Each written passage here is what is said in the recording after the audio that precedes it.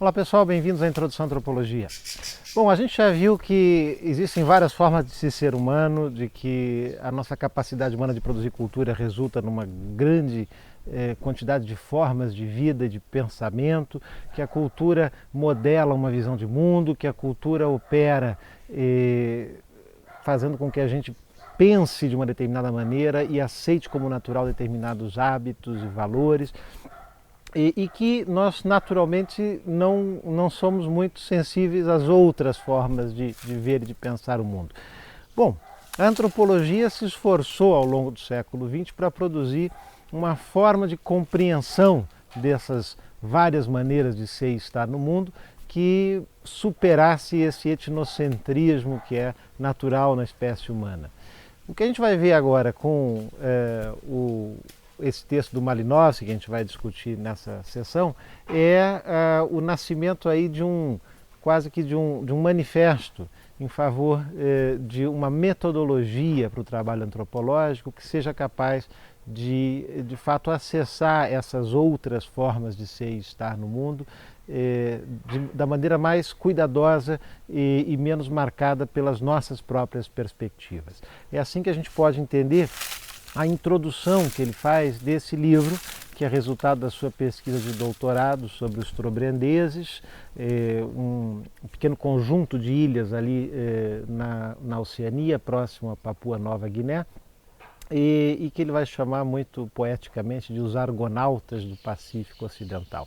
Então, tentar entender um pouquinho quem era o Malinowski e o que esse texto em especial significa para a produção de uma abordagem moderna da diferença cultural na antropologia.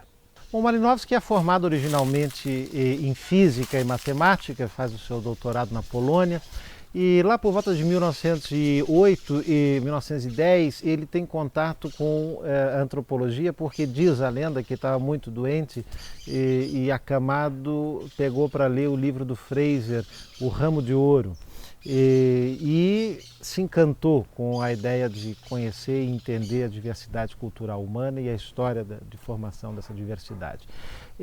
Então ele vai para a Inglaterra e lá procura trabalhar em Cambridge com o grupo de pesquisa formado em torno do Seligman. O Seligman tinha feito há pouco tempo uma excursão com seus estudantes para o Estreito de Torres, ali entre a Austrália e a Nova Guiné, naquele estilo de antropologia mais de expedições quase que naturalísticas, né? Você vai no navio, para numa ilha e vai coletar as informações daquela região e daqueles povos, já tentando superar aquela coleta de dados característica do evolucionismo, né? Que era feita por formulários, por questionários enviados para missionários, para agentes coloniais e tal, em que esses outros atores, iam te dar os dados que você queria, saber sobre formas de organização familiar, formas de vida local, e a crítica que se fazia a isso é que esses atores não eram treinados para entender a diversidade cultural. Então o antropólogo precisava ir ao local para pegar a informação de primeira mão, então faziam essas expedições, mas eram expedições relativamente rápidas, né? Uma espécie de antropologia de varanda, ou antropologia de deck de navio. Você ficava no deck do navio recebendo os nativos para fazer perguntas a eles e preencher as suas dúvidas, e depois daquilo tudo coletado, você partia para uma outra região. E o Malinowski estava tudo certo para ele fazer uma coisa parecida com essa. Ele conseguiu uma bolsa orientado pelo Seligman para ir fazer pesquisa na Nova Guiné e parte para fazer a pesquisa do seu doutorado em antropologia na Nova Guiné em 1914. Acontece que vocês sabem bem, esse período na história da Europa é marcado por um grande acontecimento que é a Primeira Guerra Mundial. Então ele vai para a Austrália, dali ele, baseado na Austrália, vai para as Ilhas Trobriand e nesse período irrompe a Primeira Guerra Mundial. E aí ele fica meio que preso naquela região, ele não consegue fazer essa coleta rápida de dados para depois voltar à Inglaterra e trabalhar sobre os seus dados. Ele acaba tendo que ficar aí uns 3 ou 4 anos ali entre a Austrália e as Ilhas Trobriand. E ainda mais ele sendo polonês, né? Enfim, um cidadão de uma nação hostil à Grã-Bretanha durante a Primeira Guerra. Então ele fica por lá. E esse ficar por lá faz com que ele perceba a importância de ter um contato de mais longa duração com a população com a qual se está estudando.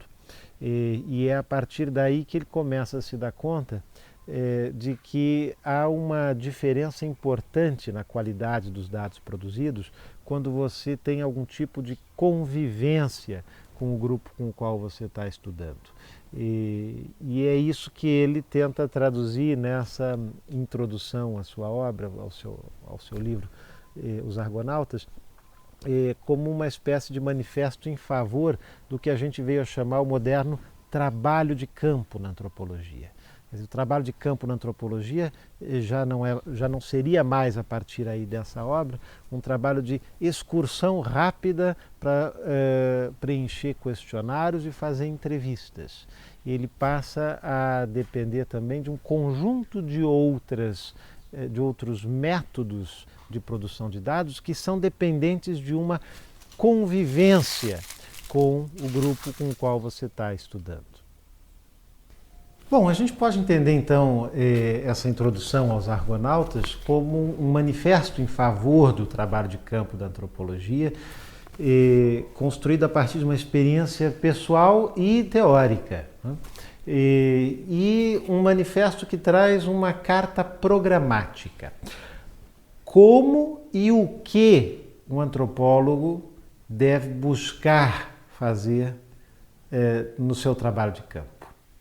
Bom, e não por acaso ele tem que começar, antes de apresentar uma agenda metodológica, destacando a importância de que o trabalho antropológico tenha um caráter científico.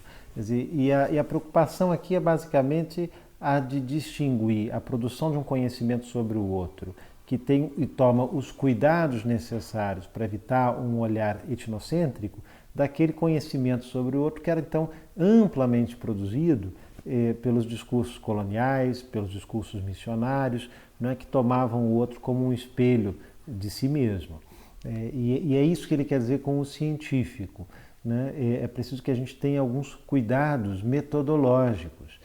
A gente precisa ter ferramentas que nos permitam tentar entender esse outro dentro do universo em que a vida dele faz sentido. E esse universo é muito diferente do nosso. Então, não podemos projetar os nossos pressupostos, aquilo que nos é natural sobre esse outro, essa outra forma de ser humano.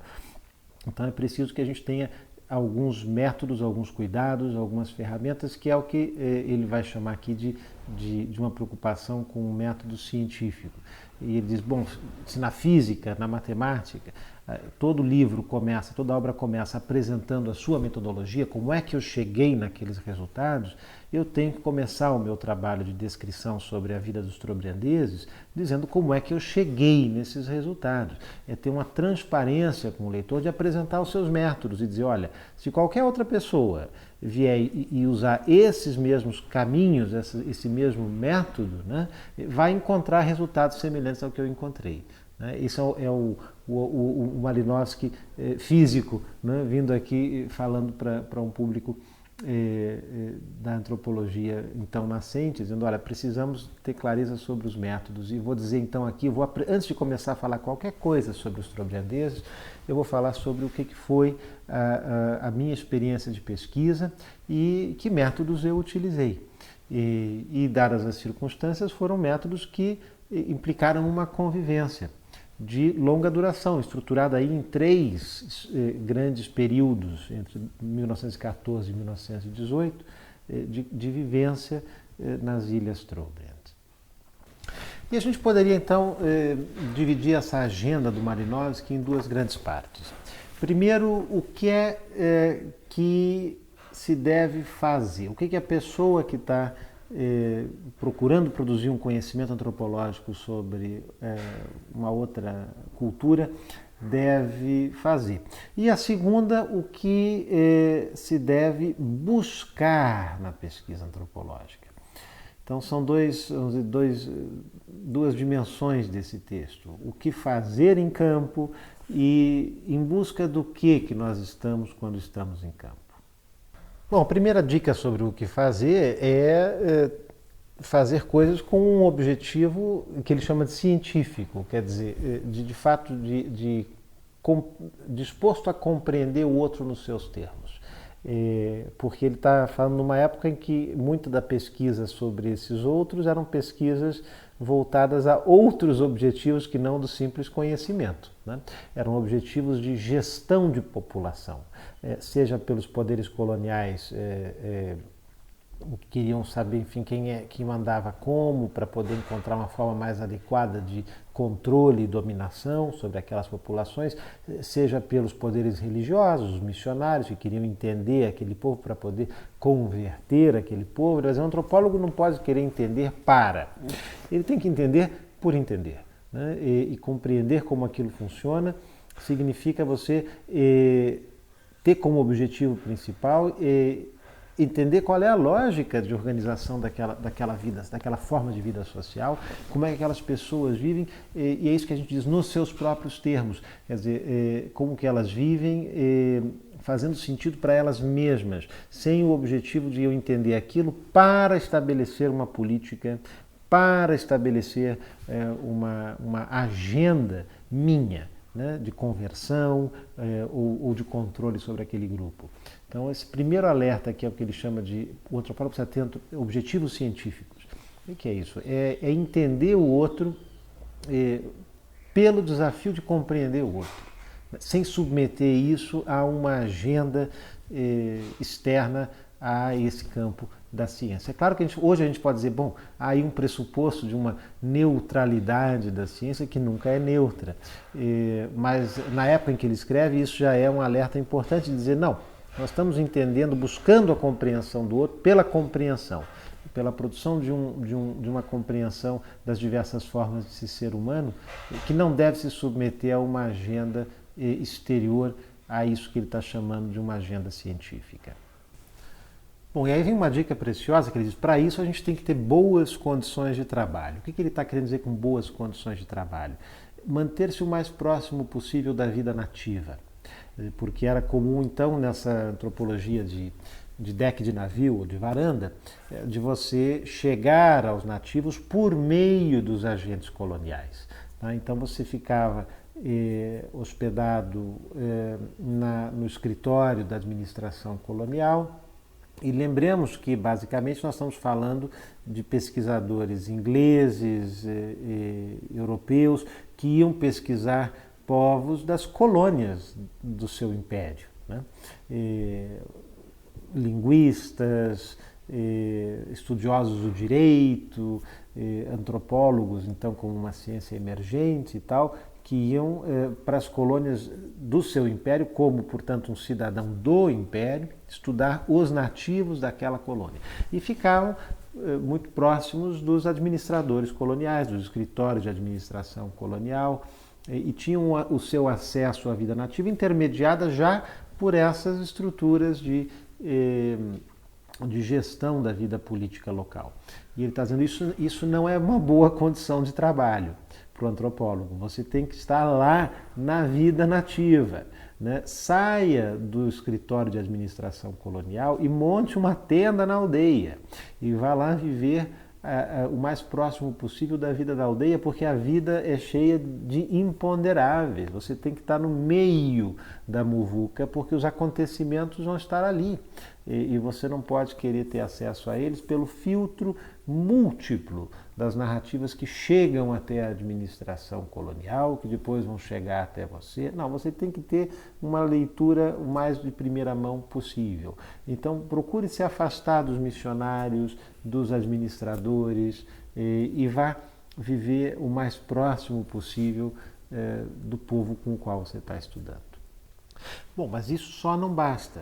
Quer dizer, o antropólogo não é exatamente um jornalista, né, que vai estar lá reportando direto do fronte o que está acontecendo na vida local. Você precisa estar municiado, não é uma boa metáfora, mas enfim, você precisa ter no teu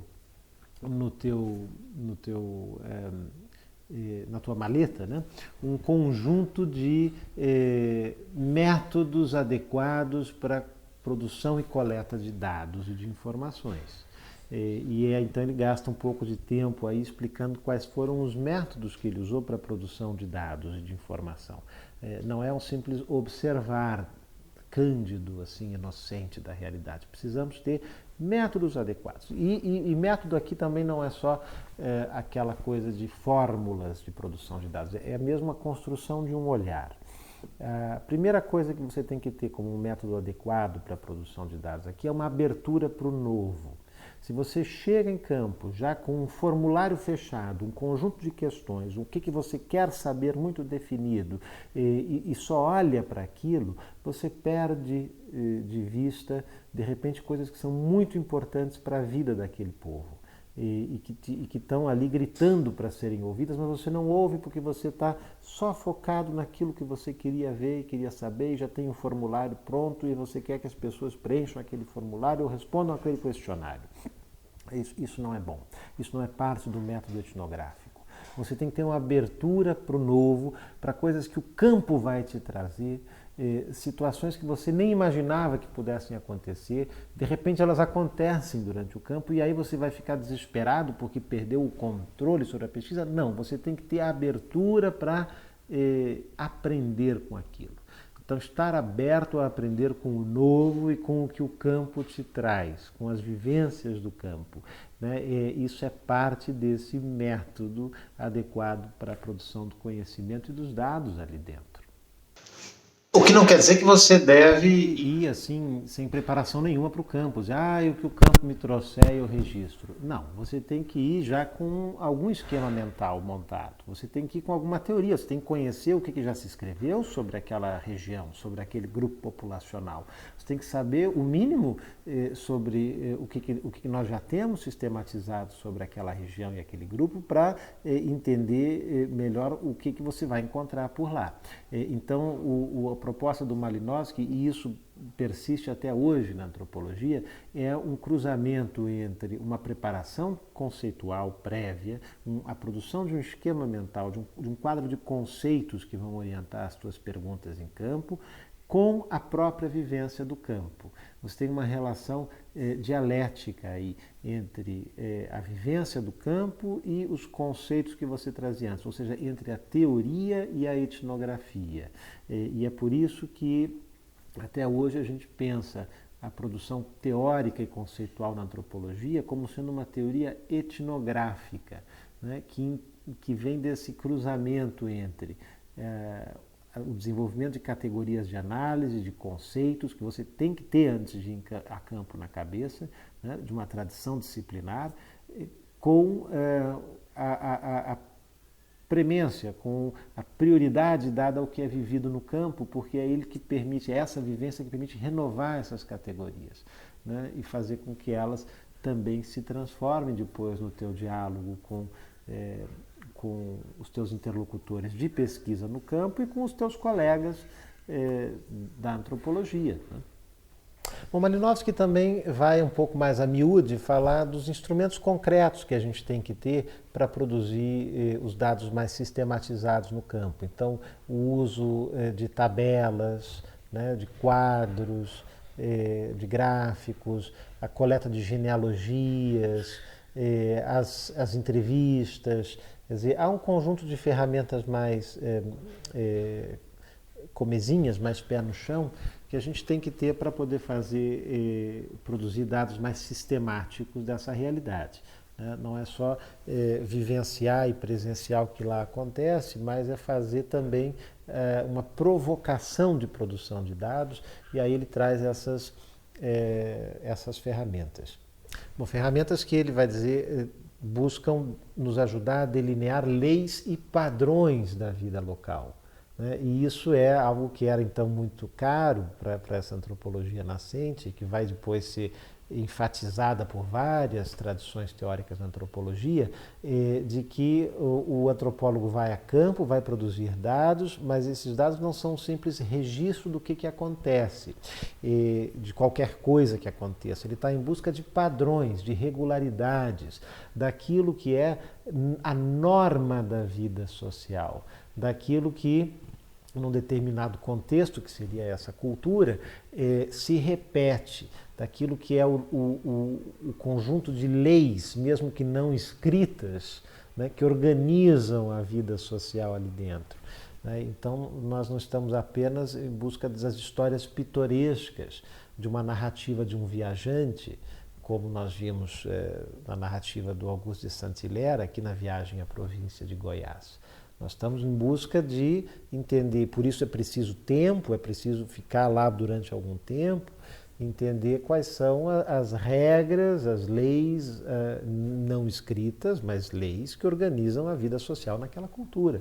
O que é aceitável, o que não é aceitável, como é que as pessoas lidam com isso.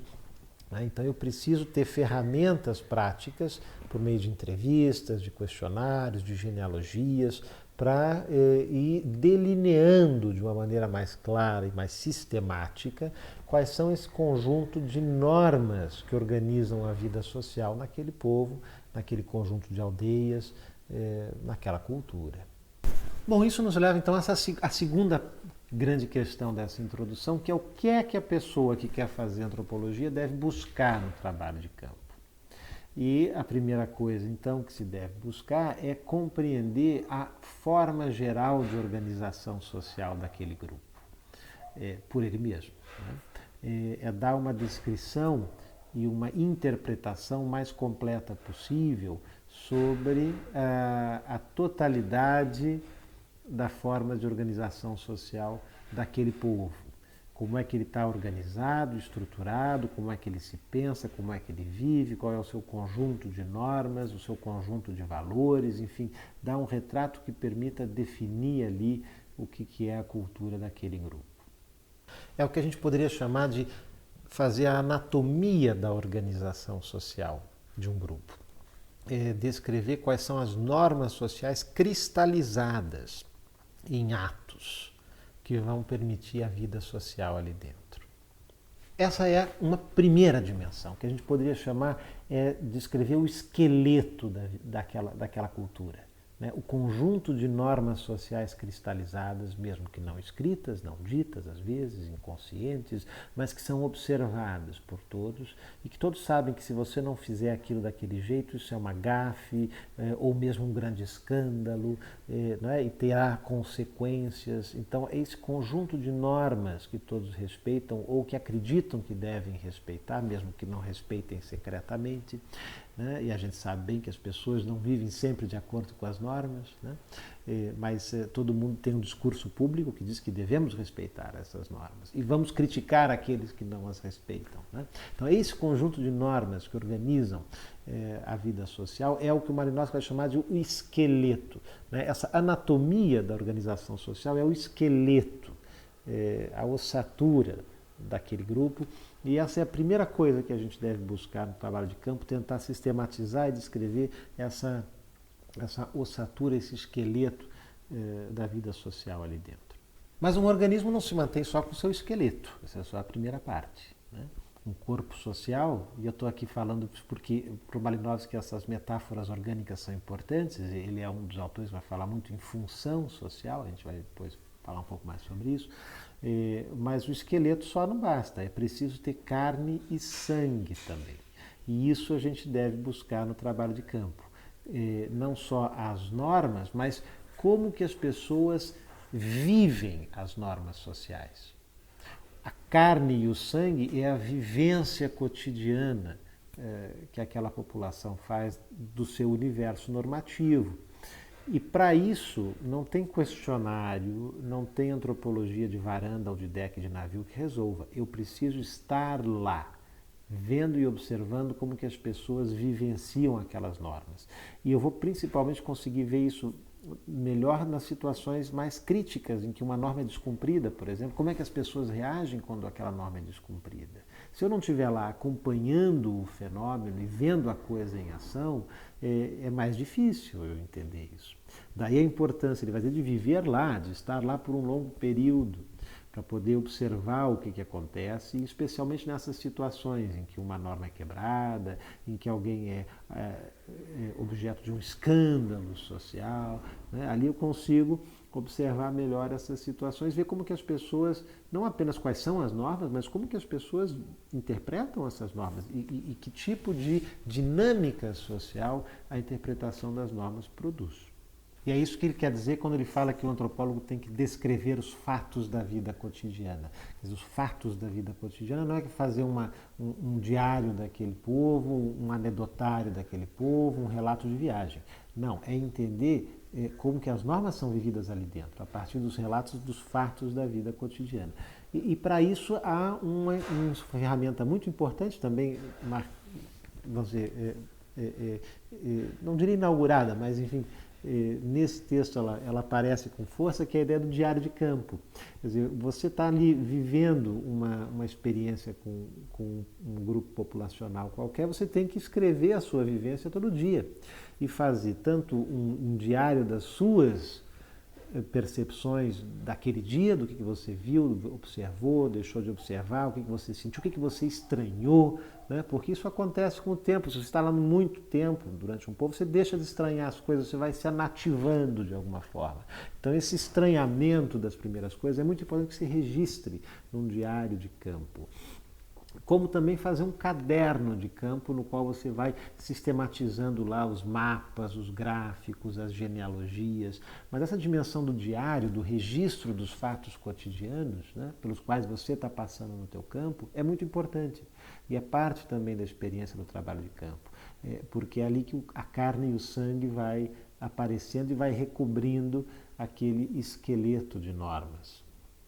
E por fim, além do esqueleto, da carne e do sangue, resta ao pesquisador e à pesquisadora que está fazendo um trabalho de campo ir em busca do espírito da vida nativa. E isso quer dizer o quê? Basicamente, o que as pessoas pensam sobre a forma como elas vivem, né?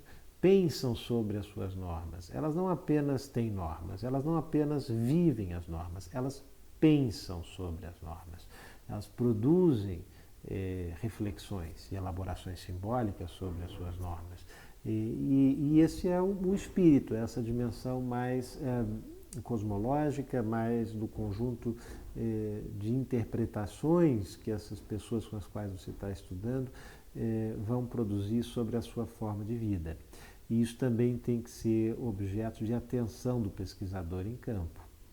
É o que a gente poderia chamar os modos de pensar e sentir compartilhados, que não são pensamento e sentimento individual de cada um, mas que ecoam representações compartilhadas numa coletividade, numa sociedade, num grupo. Então, o esqueleto, a carne, o sangue e o espírito, o que se deve buscar no campo, a gente só consegue alcançar com um trabalho de campo de longa duração. E é isso que o Malinowski está pondo nesse livro como uma nova forma. À época, o livro publicado no começo dos anos 20, uma nova forma, um novo modelo para a produção de conhecimento sobre as culturas, que demanda tempo, demanda deslocamento, estar lá, uma posição de abertura do pesquisador aos outros e a um conhecimento novo, devidamente preparada por uma tradição disciplinar, teórica, um olhar devidamente instruído, mas aberto à vivência do campo. Isso só se consegue com um trabalho de campo de longa duração. E por isso essa introdução aos Argonautas é um manifesto em defesa desse trabalho de campo de longa duração que permitiu ao Malinowski elaborar a interpretação dele a respeito das formas locais de organização social dos trobrandeses, em especial do seu circuito de troca, do Kula, e de como ele se vinculava a um conjunto de formas de pensamento e de organização do mundo para esse povo. Esse texto, portanto, sobrevive até hoje, né, nas nossas aulas de introdução, e não só, nas aulas de teoria antropológica, menos pelo que ele diz sobre os trobrendeses e mais pelo que ele diz sobre o que é e como é fazer antropologia. Né? Essa inspiração, essa lição que ele nos passa de que é preciso um trabalho de campo de longa duração, uma abertura ao outro, métodos específicos de sistematização de dados e uma preocupação em compreender não apenas as normas, mas também a forma como elas são vividas e o que as pessoas pensam sobre elas, né? Isso tudo permanece. Isso é até hoje fundamental para a produção de um conhecimento antropológico, ou podemos dizer ainda mais etnográfico, sobre a alteridade humana. E é sobre isso que a gente ainda vai continuar falando aqui nessa unidade sobre método. Bom, leia um texto e a gente conversa mais sobre ele na quarta-feira, ok? Grande abraço e até mais.